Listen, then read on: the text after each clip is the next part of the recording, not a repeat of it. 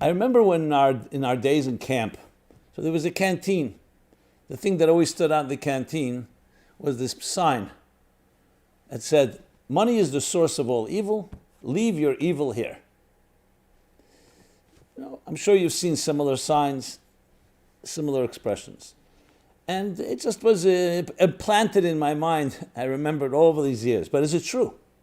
Is money indeed the source of all evil? Now, the case can be made that look what money has done. Money corrupts people. Money has been used to destroy. Without money, you could never have managed and ran and waged wars and executions and genocides.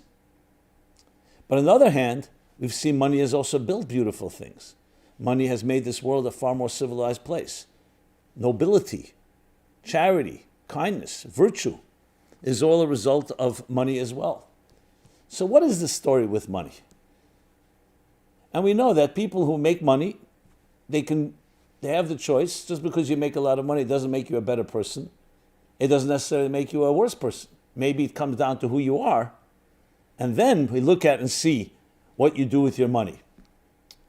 So let's talk about this in a way that's also very practical to each one of us. Now, in general, there are two schools of thought, as usual. One school of thought is that money, or let's broaden the term, materialism, is the root of all problems, if not the root of all evil. And the best is to live an ascetic lifestyle.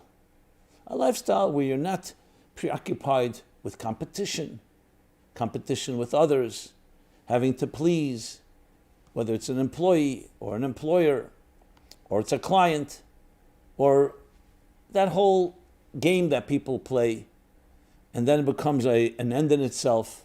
It's a vicious cycle. Like, remember one person telling me, he worked at Goldman Sachs, he said, money, the pursuit of money in our company, I lost all my friends. People I had true friends because we became competitors with each other. In our own company, our boss would play us against each other. That's how profit is made. And it can be a pursuit using, if I can quote Karl Marx, of a lot of alienation. Alienation from others, alienation from yourself, alienation from employer and employee, an imbalance. And there's a lot of truth to that. Not that he offered a better viable plan. So on that side, and I've heard many things like that. So some argue, you know what, you want to live a peaceful, happy life? Get out of the world of the rat race, the roller coaster of Wall Street and all its implications. I remember reading an article years ago, I think it was the New York Times Magazine. It was a cover story, but it was a very interesting story. It was about a guy who, a Greek immigrant who lived in the United States, and he made a living and was successful. And then he was diagnosed in his years, I think in his 60s, he was diagnosed with cancer. And they told him it was terminal, he had 6 months to live, and that was that. So he decided, you know what, that's the case, I'm going back home to one of the Greek Isles with his wife, and he moved back to his hometown. The fact of the matter, he lived 6 months, he lived 6 years, he lived many more years. So this journalist, I guess, discovered the story, and he decided to figure out what happened exactly. Was it just luck? Was it the environment? Was it the difference between living in America or in one of these Greek islands?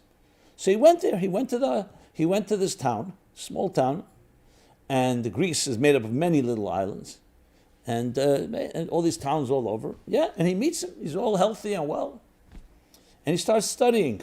He sees in that town people have a longevity that's far higher than the regular age life expectancy everywhere else in the Western world, or the entire world. And he's wondering why. So he thought maybe it's the Mediterranean diet. So then he goes on and starts researching and visiting other towns. Because if it's the diet or it's the climate or something about that particular area, with the same, and it's not the case. In other cities close by, people don't have that same life expectancy.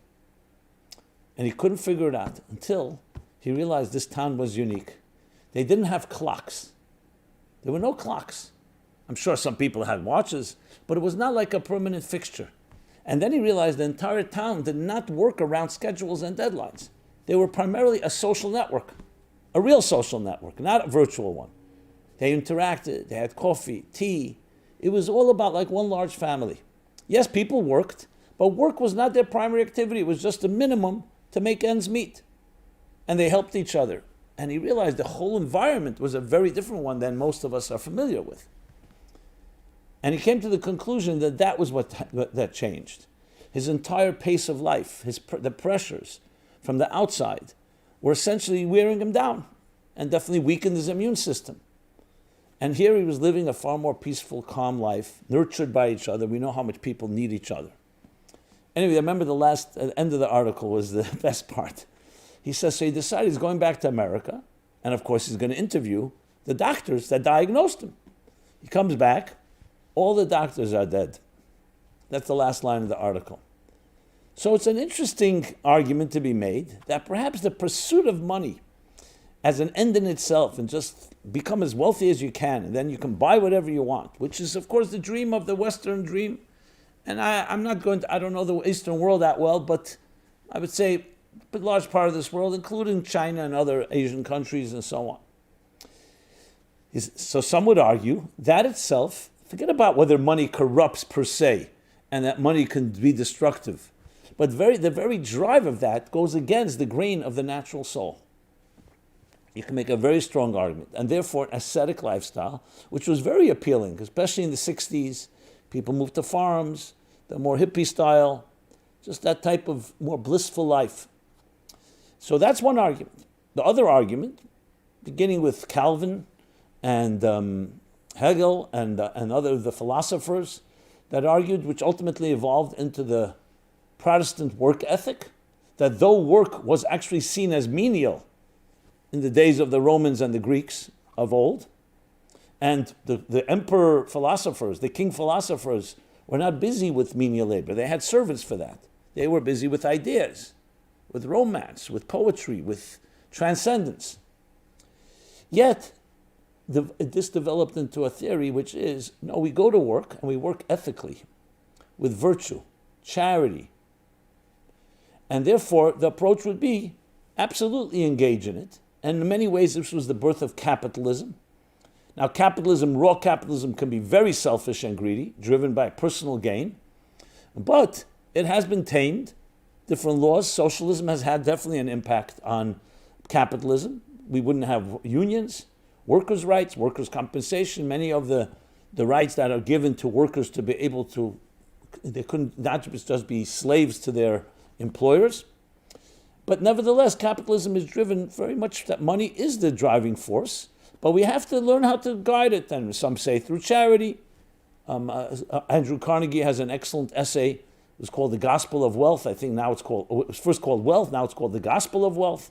An essay that has strong impact on Bill Gates and on Warren Buffett in their charitable ventures, that we balance it through that approach of being virtuous. But greed is good, as some said. As Gecko said in Wall Street, the film. Greed is good. It drives things. The case for capitalism against socialism, which really means, yes, it has its risks, but life has its risks. So it's not about asceticism or disengaging. It's engaging, but try to create rules and laws. But we all know regulations go that far, especially when the watchdogs need watchdogs, as we've seen time and again, how corruption even corrupts the people who are supposed to be checking and watching others not to be corrupt.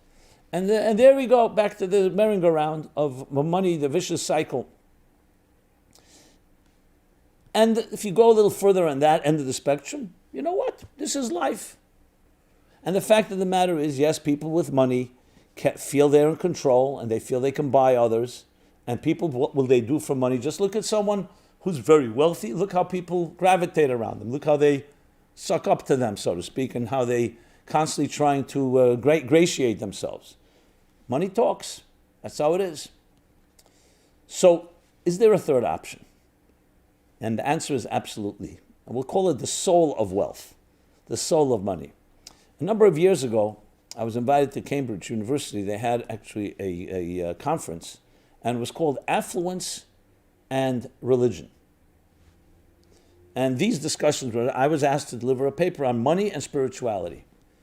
The paper is actually published on our website, ameaningfullife.com. It's like a 5-part or 6-part long paper, with notes and so on. So a lot of what I'm saying is taken from there, as well as the chapter on money, on charity and wealth in Toward a Meaningful Life. But I'm not repeating myself. I'll be sharing some new ideas. So I'm not just referring you to these texts, but that's supporting materials, let's call it that, for further reading. And essentially, it's a third take on the whole idea of going back. What is wealth? What is money? Now we know money became a force.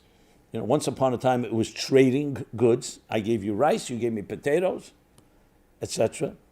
Money became the symbol of either a lot of acquisition, and then we agreed upon a certain type of currency that represented what I own or what I've maneuvered to own. So money is really a way of the exchange of human beings in their value and how they exchange resources and how they purchase, how they buy and sell, supply and demand. And this has been analyzed, whether you go to Adam Smith, capitalism, or Karl Marx, Marxism and socialism, and all the variations in between has been analyzed and thought through. Nobody's ever come up with a great system. It's like Churchill said, democracy or capitalism is the worst system, but he's never found a better one. But what is missing in discussion is really the soul of it all. Where does it all begin? And it doesn't begin with wealth, and it doesn't begin with money. It begins with a human being. Because without human beings, there's no transactions, and there's no money, and there's no negotiations. So it really comes down, what drives us? Are we essentially a material human being, which means driven by materialism, acquisition, equity, money, and so on? Or are we actually a different type of entity, let's call it a spiritual being, that's on a physical journey, as opposed to a physical being on a spiritual journey? It changes everything. Because if we are at essence a soul, and our body is only a vehicle, then materialism and money is only a means and only a vehicle to fulfill higher purpose. But most people don't see it that way. The pursuit of money has become an end in itself, which tells you that people see themselves, not necessarily because they went through a long philosophical exploration, but simply by default. Because materialism is our default state. You wake up in the morning, you see the world, you're hungry, you're thirsty, you have needs, you want to buy something, you're tempted by something. Money is all part of that process. And I say money again in the broad sense of materialism. The more sublime pursuits of life, spiritual pursuits that are less visible, less tangible, it takes effort. So of course the default state is that money is so central. So it really comes down to not what money is, but who we are. And once we know who we are, then we can look at our tool chest, so to speak, our instruments, which includes finance, money, includes food, clothing, shelter, and all the other needs or luxuries that we acquire in life. So let's talk about that. We live in a world primarily, and I'm not talking about all societies, but definitely the Western world, materialism comes first. This doesn't mean that everybody's a materialistic, greedy narcissist, but it means many are, and many could be. But that is what is the most important thing of all. I first have to pay my bills. Most people will not say, I first have to satisfy my spiritual needs. Now, there are those that are spiritually wired that way, or have been burned by the material world and come to discover these deeper truths. But the general, as I said, the default is we live in a materialistic world. And the question is, are you going to be more virtuous, less virtuous, completely corrupt? Some cynics or skeptics will say, hey, you know what? It's dog eats dog. It's all about you, me, the selfish gene, survival of the fittest. And that defines also my financial and my... Now, if I get something from you, I'll give you something. Give and take. But you don't get anything for free, so to speak. That is pretty much the state of affairs, with all the exceptions. And I'm saying there are millions of people that perhaps don't live that way. But it's the default state. This is what you see. This is what you hear about. So obviously, when you look at money from that perspective, it has a whole different vantage point. But here's the alternative perspective that I'd like to submit.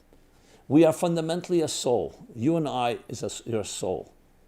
A soul is a spiritual energy, a divine energy. Something that's not tangible, cannot be experienced through sensory tools. You can't see it, you can't hear it, you can't taste it, you can't touch it, you can't smell it. However, it is what makes you who you are. That's the interesting paradox. The things that you touch, well, let's start, that you see, sight, sound, taste, touch, and smell, don't define you. They're your experiences. They are like bridges. You can say gates between you and the world around you. But you don't need eyes to see yourself. You don't need ears to hear yourself. You don't need taste, touch, and smell to experience yourself. It's only interaction. So think about it, how the senses really control our lives. So it's obvious why we are far more materialistic. Everything is more empirical, corporeal. But the sublime spiritual is who you are. That's the essence of who you are. And when you look in the Bible, it's exactly what it says. Who is the human being?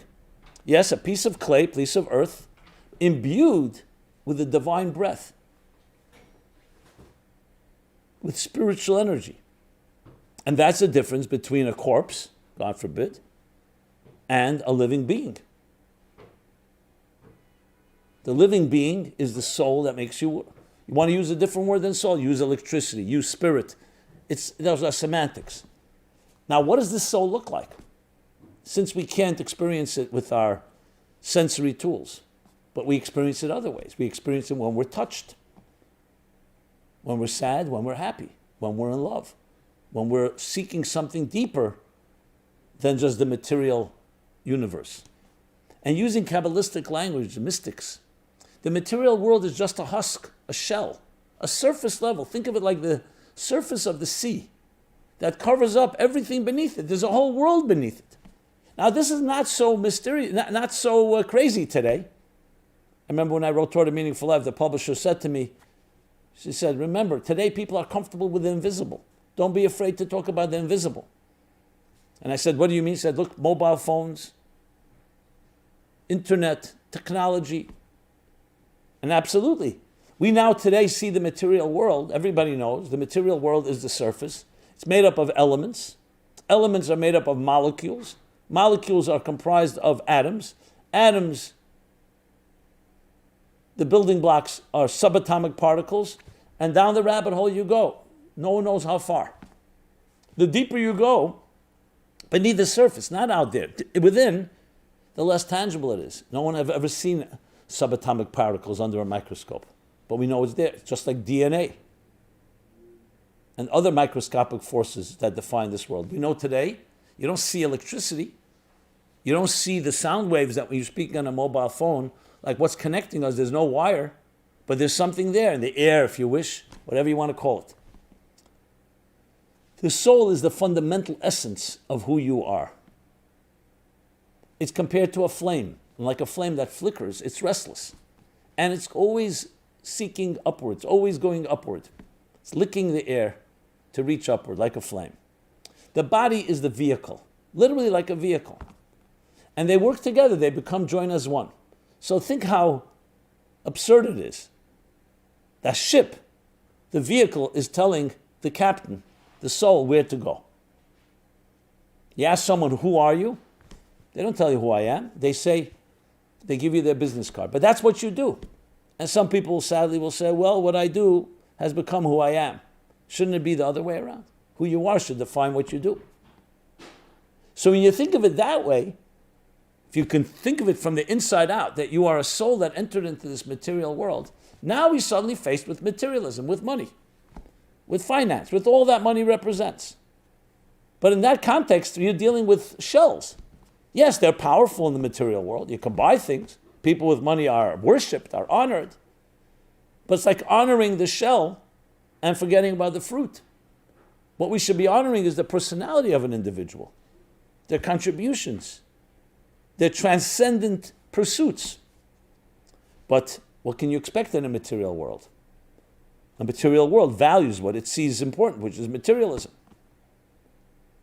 So when you think of it that way, then you can make the argument, the first school of thought, asceticism. So then we have to escape into the spiritual world. But that's not the purpose. The purpose is to go into the material world, engage with it, and always remember that you're a soul. You're within, but you're above. Engage with the world, but don't become part of it. Because you're here to change things. You're here to transform. So then money, materialism takes on a whole different meaning. It's critical in life, but it's critical as a means. It's a shell that protects the fruit. Don't worship the shell. It's the body that protects the soul. And in that sense, it's not just soul, body within the human being. Everything in existence has a soul in the body. This table, this microphone, this computer. So the physical part of it is the shell, is the husk. Think of it, the letters on a page. Those are the containers, in the words of the Kabbalists. And what is the energy? The message that these words are conveying. So everything you see, the table, the chairs, the computer, anything, these are the instruments, the vehicles. Vehicles are meant to be used for something. They're meant to express something. But we have free will. So you can use it to express nonsense. You can use it to express nefarious and corrupt ends, as it unfortunately has been used, or you can use it to express your very soul. The Maimonides writes at the end of his classic magnum opus that in the future, which is the near future, after all the work that we've done through history, we will come to a world, and he uses an interesting expression. He says that the business of the world, that's the word he uses, asik, the business of the world will be nothing but to know the divine. Spiritual transcendence. Now that doesn't mean we won't have a material life or material world, but it will not be seen as a means, as an end in itself. It will be seen as a means. That everything is teaching you about something greater and higher than ourselves. Now that requires discipline and requires deliberate effort because it doesn't come naturally to us. But when you think about it and you work on it, think of it, you wake up in the morning, yes, your body is tired, it's hungry, maybe it's not tired because you rested. But that body is just a vehicle for the soul that is now starting a new day in fulfilling its mandate, its mission. And your contract has been renewed. How are you going to spiritualize the world around you? Which leads me to a critical component which makes Jewish mysticism unique. Most people think mysticism is a contrary narrative to materialism. There's a materialistic life, as I said, pursuit of materialistic acquisitions and conquests, money and so on, and all its equity. And there's a spiritual life. Seems like there are two options. There's a third option, and this is what Jewish mysticism introduces, that the ultimate goal is not just spirituality, it's something beyond the spiritual and beyond the material that fuses them together. Because you could also be spiritually arrogant, just as someone could be materialistically arrogant. It's about recognizing that these are two channels. Soul should define body. Function should define form, not the other way around. Who you are should define what you do. But the goal is ultimately fusing them together. We reach a state of transcendence that transcends transcendence. And in that context, money then becomes a critical component. But not as a means, not as an end. It's as a means, as a piece of the puzzle, as the way to actualize. So spirit and matter, which usually people see as a conflict, a tension between them, how do we relieve that tension? By spiritualizing the material. And that's where charity takes on a whole new meaning. It's not just charity, okay, let's counter the greed and evil of capitalism by giving charity, by redeeming it some way. That's on a minimal level, something far deeper. Money has spiritual sparks in it, just as everything in this material world, but it's trapped. Like I said, it's a husk, a shell. The problem is when you start worshiping the shell and forget about the spark. It's like eating the peel and throwing out the fruit when it should be the other way around. The fruit, the peel is meant to protect the fruit. So when money is seen that way and you redeem and elevate its sparks, it's a tremendous tool. In these week's chapters in the Torah, they read about the building of the sanctuary. And in this material world, it's a spiritual place, but it's made of physical matter. Gold, silver, copper. Silver, gold, copper in the order. And other 15 materials. From the material world, we create a divine home. In material existence, we sublimate and spiritualize the material by recognizing the spark. So then you can engage, be as wealthy as you wish. And God bless everyone. That's why wealth is considered a blessing in this context. It's not just let's escape from it because of its challenges. Engage with it. But always remember, it's part of a higher blessing. It's part of the tools. Just like if you're blessed with intelligence or you're blessed with other skills. They're not an end in themselves. They're meant to be given to you as a gift for you to fulfill your mission in life. That's why the Talmud says something very interesting. That Rabbi, the great Rabbi Yehuda HaNasi, the compiler of the Mishnah in the Talmud, would honor the wealthy. As soon as you read that, 1 second here. People honor the wealthy, people who are superficial or people who are materialistic. Why would this great sage honor the wealthy? And one of the answers is such a beautiful answer.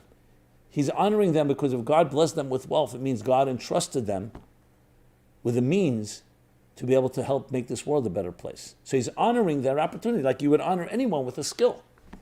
It's not honoring the wealthy because he's trying to get their money. He's honoring the wealthy, he's honoring that blessing that they have, the opportunity. And each of us has unique opportunities. There's an expression in the Talmud, Ein osher ela b'das, that there's no one wealthy but someone in knowledge. And einoni ela b'das, and poverty is also in knowledge. So wealth and poverty is not only in context of actual money. So it's the gifts that we're blessed with. And recognizing, no, money is not the source of all evil. Source of all evil is bad choices people make. But they can make good choices. And then money can be harnessed. I would say even further, redeemed. Because you're redeeming the sparks in the words of the mystics, of the Kabbalists. You're redeeming the sparks and elevating them. And together, soul and body fused together in one seamless whole of a spiritualizing a material world, turning this physical world into a garden. But you need to know what the means are and what the end is. And when you have that focus, it gives you an entire different perspective on money, on materialism, on your very life, on your body. We need a healthy body because you need a healthy vehicle. But remember, it's always a vehicle. And finally, I want to say that Rabbi Shneur Zalman of Liadi, the founder of Chabad Hasidism, introduces a radical concept where he says, and when you harness that, you actually discover in the body something that's even greater than the soul.